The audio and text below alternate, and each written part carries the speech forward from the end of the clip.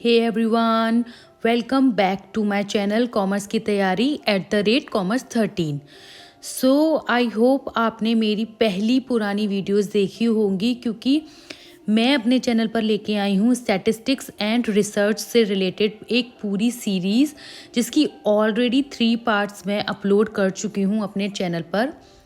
तो सबसे पहले तो अगर आपने वो वीडियोस नहीं देखी हैं तो आपको आगे की वीडियोस देखने में प्रॉब्लम हो सकती है। हो सकता है कि आपको कोई टॉपिक अच्छे से समझ में ना आए, तो मेक श्योर कि आपने वो पहले की पार्ट देखे हुए हों।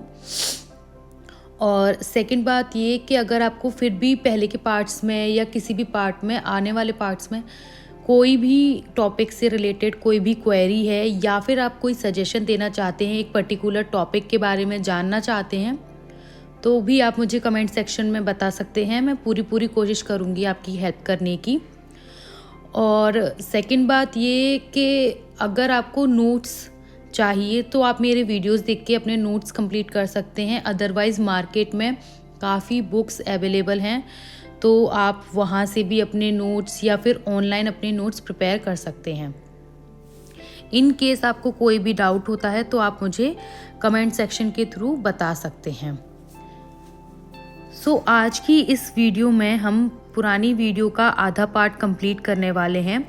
कल हमने देखा था कि हमने प्रोबेबिलिटी सैम्पलिंग के बारे में समझा था। आज हम इस वीडियो में कवर करने वाले हैं नॉन प्रोबेबिलिटी सैम्पलिंग। सो पहले पार्ट्स में मैं already statistics and types of statistics के बारे में बता चुकी हूँ, तो मेक श्योर कि आप वो वीडियो देख चुके हों। And primary data and secondary data and बाकी ये सारी चीज़ें मैं ऑलरेडी कवर करा चुकी हूँ। सो इसको भी आप एक बार कवर कर लीजिएगा। मैंने बहुत ही आराम से और पूरा टाइम लेकर अपने टॉपिक्स को समझाया है, तो आप बिना किसी भी वीडियो को स्किप किए मेरी वीडियोस अगर देखेंगे तो डेफिनेटली आपको उससे कुछ फ़ायदा ही होगा, नुकसान कुछ नहीं होगा।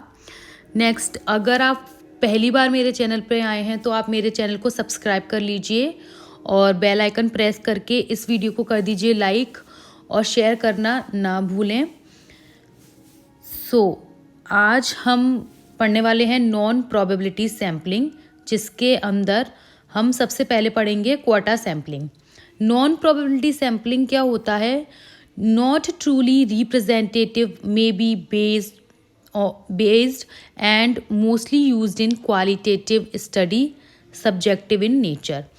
सो नॉन प्रोबेबिलिटी सैम्पलिंग क्या होता है कि क्वालिटेटिव स्टडी जब हम करते हैं या क्वालिटेटिव डेटा को जब हम लेते हैं अपने रिसर्च में, तो उसमें हम नॉन प्रोबेबिलिटी सैम्पलिंग का यूज़ करते हैं।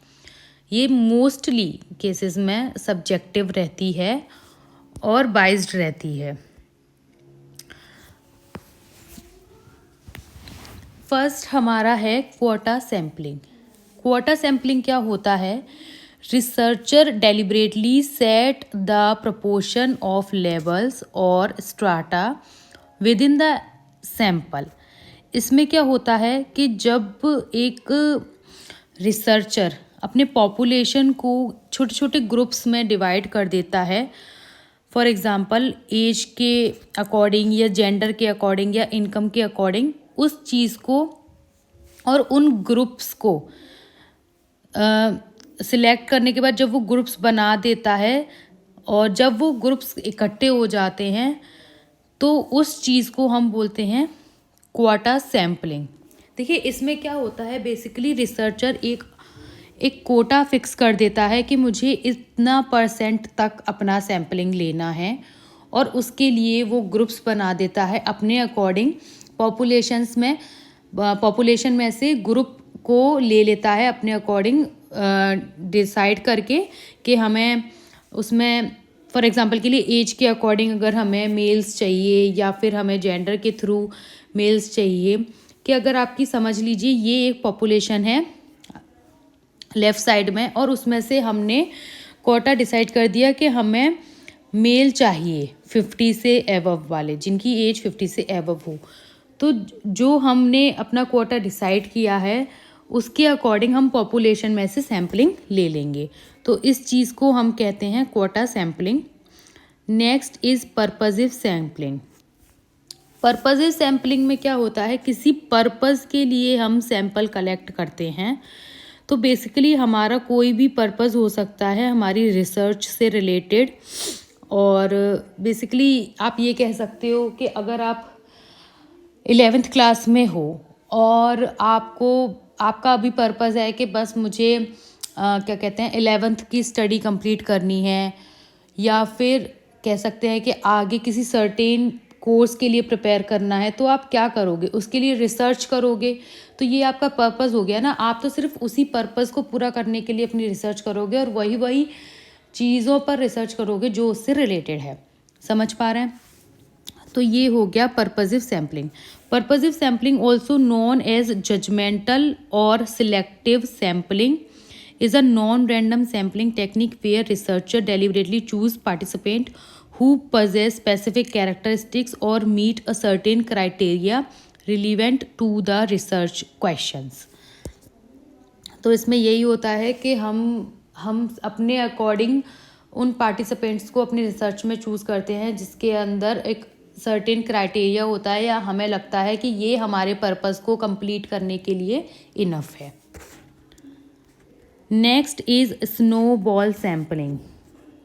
स्नोबॉल सैम्पलिंग में क्या होता है, asking a participant to suggest someone else who might be willing और appropriate for the study, also called network cold calling and chain sampling. Snowballing sampling में क्या होता है कि जैसे आपको किसी टॉपिक पर रिसर्च करनी है, तो अब आपकी रिसर्च मान लीजिए आपको किसी टॉपिक के बारे में रिसर्च करनी है, उसके लिए आपको इन्फॉर्मेशन चाहिए। तो आपने एक पर्सन को वो बात बताई और उससे बोला कि वो आगे भी 2 पर्सन को ये बात बताए, फिर उन 2 पर्सनों ने आगे 2 पर्सन को वो बात बताई और ऐसे कर करके वो बात पूरे उसमें फैल जाएगी।